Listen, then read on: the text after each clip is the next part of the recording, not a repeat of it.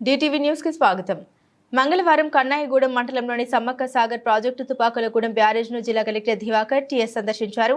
ఈ సందర్భంగా బ్యారేజ్కు 59 గేట్లు ఉన్నాయని, కెపాసిటీ 6.94 టీఎంసీ, ప్రస్తుతం 32 గేట్లు ఓపెన్ చేయడమైందని, 0.76 టీఎంసీ వాటర్ ఫ్లో అవుతుందని ఇరిగేషన్ అధికారులు కలెక్టర్కు వివరించారు.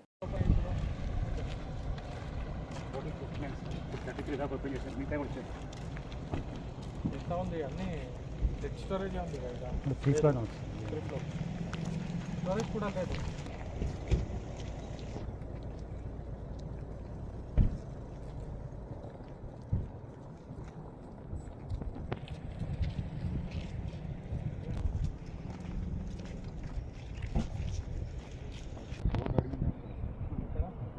గుట్ట పైన మీరు అది పూర్తి తీసుకోవాలంటే మీకు ఆ రోడ్కి ఏం లేకుండా ఒక 200 కోట్లు ఖర్చు అవుతాయి.